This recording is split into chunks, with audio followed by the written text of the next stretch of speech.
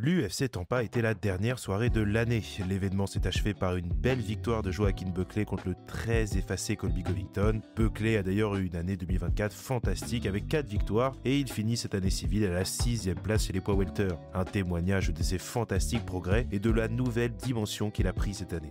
Et maintenant qu'on attend patiemment 2025 qui sera entamé par l'immense revanche entre Mackenzie Dern et Amanda Ribas, il est temps de déterminer qui a été le meilleur combattant de l'année 2024. Ce que j'entends par là, c'est qui a eu la meilleure année calendaire, pas qui est le ou la meilleure dans la cage. Et évidemment, ce n'est pas simplement l'octogone, mais aussi le retentissement de ses accomplissements, même s'il faut le dire, les deux sont très souvent liés. Il y a énormément de combattants de MMA dans le monde, oui je sais c'est un choc, et il me faut établir un critère excluant pour ramener tout ce beau monde à un nombre relativement gérable. Comme l'année dernière, je vais établir le critère très arbitraire que pour être considéré comme le meilleur combattant de l'année, il faut avoir à un moment donné remporté une ceinture de l'UFC. Je sais qu'il y a de très bons combattants hors de l'UFC et que même au sein de la promotion, certains ont eu des bien meilleures années que des champions, mais c'est simplement une façon pour moi de recentrer le débat autour des combattants qui seront inévitablement en lice au bout de la réflexion. Et évidemment, avant de rentrer dans le cœur du sujet, je vais commencer par un volet de mentions honorables parce qu'il faut tout de même évoquer certains athlètes. Ce ne serait pas correct autrement. Pour commencer, hors de l'UFC, je vais citer les vainqueurs des tournois du PFL qui ont tous nécessairement eu une grosse année 2024. Je m'excuse d'avance pour l'écorchage des noms, mais voilà, on parle de Timur Khizriev chez les poids plumes, Dovlet Yakhshi-Muradov chez les poids mi-lourds, Denis Goslov chez les poids lourds et Gadzhi Rabadanov chez les poids légers. Mention toute spéciale à deux autres vainqueurs qui sont ceux qui selon moi figurent le plus haut dans la hiérarchie de leur division au niveau mondial, donc en incluant l'UFC. C'est bien sûr Shamil Musaev chez les poids welter qui a tout simplement roulé sur la compétition et bien sûr la révélation de l'année hors UFC selon moi, Dakota Ditcheva, qui a non seulement marché sur le reste des poids plumes féminines mais qui a en plus de ça battu Taila Santos très aisément au final du tournoi. La même Taila Santos qui avait posé beaucoup de problèmes à Valentina Shevchenko il y a 2 ans. Et évidemment, ce n'est pas suffisant pour estimer précisément de son niveau, mais à mon sens, on est sur une combattante qui devrait bien se débrouiller contre le top 5 de sa catégorie à l'UFC. Côté Bellator, en revanche, difficile de placer trop de combattants parce qu'ils ne figurent pas sur beaucoup de cartes cette année. La situation de cette fusion avec le PFL a l'air confuse et beaucoup de mecs veulent d'ailleurs quitter l'organisation, mais on citera quand même une nouvelle bonne année de Johnny Eblen, très grosse année également pour Paul Hughes, qui a surpris énormément de monde, moi compris, en battant AJ McKee en octobre. Voilà, je vais pas mentir, beaucoup de mecs ont combattu qu'une seule fois et c'est un petit peu difficile à démêler pour le Bellator cette année.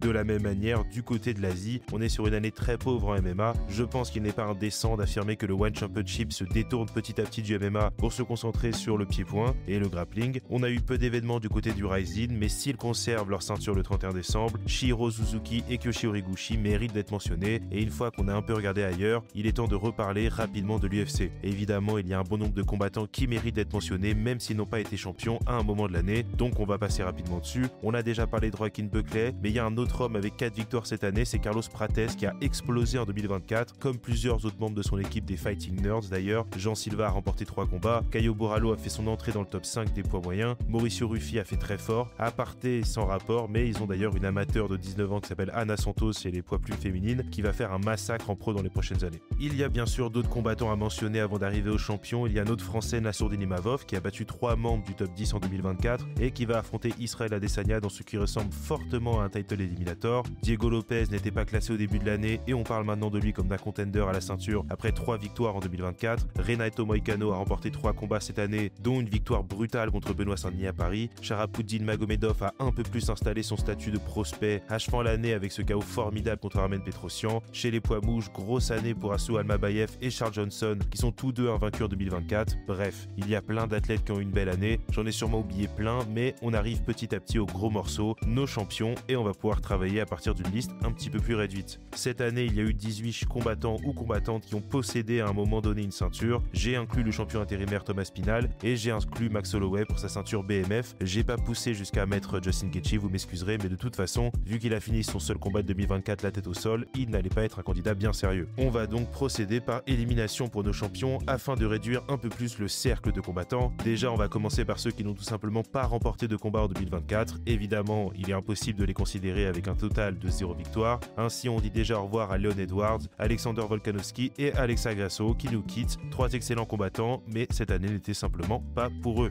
Ensuite, il y a sur cette liste des combattants dont l'activité ne peut tout simplement pas rivaliser avec le reste de la liste. Un athlète qui n'a fait qu'une seule sortie en 2024 ne peut pas décemment être considéré comme le meilleur de l'année. Je ne suis pas partisan du fait que le nombre l'emporte sur absolument tout, mais il y a tout de même des limites à l'inactivité. Nous disons donc au revoir à John Jones, à Belal Muhammad, à Islam Makhachev, à Juliana Peña, à Valentina Shevchenko, à Zhang Weili et enfin à Thomas Spinal. Je tiens tout de même à préciser que pour Thomas Spinal, on sait que son inactivité n'est pas bien volontaire et découle de la situation globale actuelle de la catégorie des poids lourds, mais il y a des faits qui sont ce qu'ils sont et avec une seule sortie en 2024, impossible de le placer plus haut.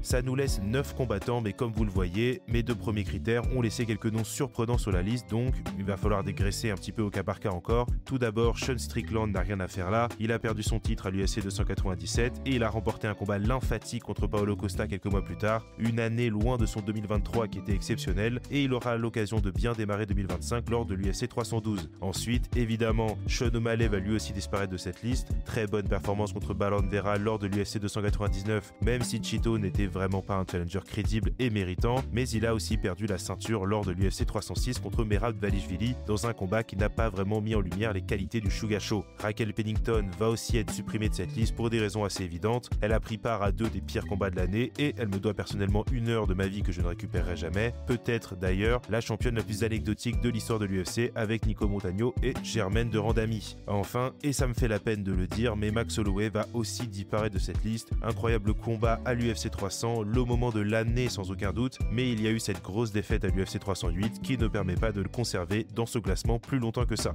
On se retrouve donc avec 5 combattants que je crois être le top 5 de cette année 2024. Vous l'aurez compris, pour le reste des combattants, je n'ai pas vraiment fait un ordre, mais c'est à partir de ce moment-là que je pense être en mesure de pouvoir faire un décompte. Et on va commencer directement par celui que je considère être le numéro 5 de cette liste, Alexandre Pantoja. Une nouvelle grosse année pour Pantoja, 2 défenses de titre et surtout 2 main events de pay-per-view de suite. Bon, il y a des circonstances derrière les deux, mais ça change un peu et il mérite d'être en tête d'affiche au vu du niveau qu'il affiche depuis quelques temps. Maintenant, il faut dire les choses comme elles sont. Ce qui coûte quelques places à Pantoja dans ce classement, selon moi, c'est le niveau d'opposition rencontré. Steve Herzberg était classé 10e chez les poids mouches et Kai Asukara faisait tout simplement ses débuts dans la promotion. Ce n'est pas pour dire que ce ne sont pas tous les deux de très bons combattants parce que c'est évidemment le cas, mais disons qu'on était en droit d'espérer une meilleure opposition sur le papier pour lui. Après, on reste sur un champion qui a su défendre sa ceinture 2 fois et qui a fini l'année très fort avec cette victoire par soumission, donc évidemment on reste dans le domaine de l'exceptionnel. À la 4e place de ce classement, on retrouve l'actuel champion des poids coqs Merab Dvalishvili. Superbe année pour Merab, 2 victoires, la ceinture des poids coqs remportée des mains de Sean O'Malley lors de la soirée de la Sphère, ce qui a apporté beaucoup de regards sur lui, et également une belle victoire contre Henry Cerudo qui m'a vraiment impressionné à titre personnel, de par la manière avec laquelle il a complètement démantelé l'ancien olympien. La série de victoires actuelle de Merab est tout simplement l'une des meilleures de l'histoire du MMA. Sur ses 5 derniers combats, il a tout de même enchaîné Marlon Moraes, José Aldo, Petr Yan, Henry Cerudo et Sean O'Malley. C'est assez fantastique. Il tentera de défendre une première fois son titre lors de l'UFC 311 contre Umar Nurmagomedov et ce combat me fait déjà saliver d'avance. Ce qui fait un petit peu reculer Merab dans ce classement, c'est qu'un seul de ces 2 combats était un combat de ceinture, mais là on est vraiment dans le détail du détail.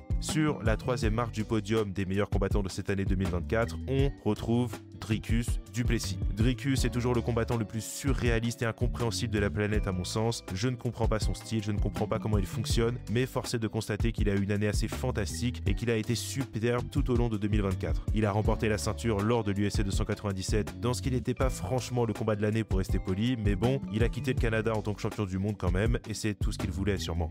Mais en réalité, le climax de son année, c'est bien sûr cette victoire contre Israel Adesanya et il a remporté ce qu'on peut appeler, si on veut, une rivalité. C'est la victoire qu'il a vraiment exposée aux yeux du monde et il a validé sa première défense de ceinture. La deuxième pourrait intervenir en février contre Sean Strickland qui a obtenu sa revanche pour une raison qui m'échappe encore à ce jour. Mais en tout cas, très belle année de Dricus du Plessis qui est invaincu en 8 combats à l'UFC et même s'il faisait un petit peu marrer tout le monde il y a quelques temps avec son style très atypique, eh bien, ça fait plus rigoler grand monde. On arrive au choix difficile. Vous vous doutiez sûrement que ces 2 hommes seraient au sommet de cette liste et à la seconde position de mon classement du combattant de l'année se trouve Alex Pereira. Je sais que ça ne va pas plaire à tout le monde, mais rangez vos torches et laissez-moi expliquer. Et évidemment, lorsqu'on évoque l'année 2024 d'Alex Pereira, on est dans le domaine de l'exceptionnel. De toute façon, c'était un choix entre 2 années de fou. Maintenant, qu'est-ce qui fait que j'ai pris cette décision? Vous vous en doutez sûrement, c'est le niveau d'opposition. À la fois celui de Pereira, mais aussi celui de Topuria, mais ça on va y revenir. Avec tout le respect, j'en ai énormément, Alex Pereira n'a pas affronté des très bons combattants cette année. l'année. Et même si ça me fend le cœur, j'inclus Yuri Prochazka dans cette liste, non pas parce que je pense qu'il n'était pas au niveau, mais c'est parce qu'il l'avait déjà mis KO et que je crois que sa victoire contre Rakic n'a pas vraiment mis en lumière les progrès d'Yuri. Ensuite, Khalil Rountree Jr. sortait d'une victoire contre Anthony Smith, je pense pas avoir besoin d'en dire plus. Il a été vaillant contre Alex, mais c'était un petit peu couru d'avance cette histoire, et Jamal Hill n'est pas une foudre de guerre non plus. Surtout, et c'est très important pour moi, l'ombre de Magomed Ankalaev a plané sur Alex cette année, et on sent quand même que l'UFC nous fait un petit numéro d'équilibriste pour ne pas mettre en place ce combat. Et évidemment, Alex Pereira a eu une année sensationnelle, mais selon moi, il y a un homme qui en a eu une meilleure, et cet homme, c'est bien sûr Ilia Topuria.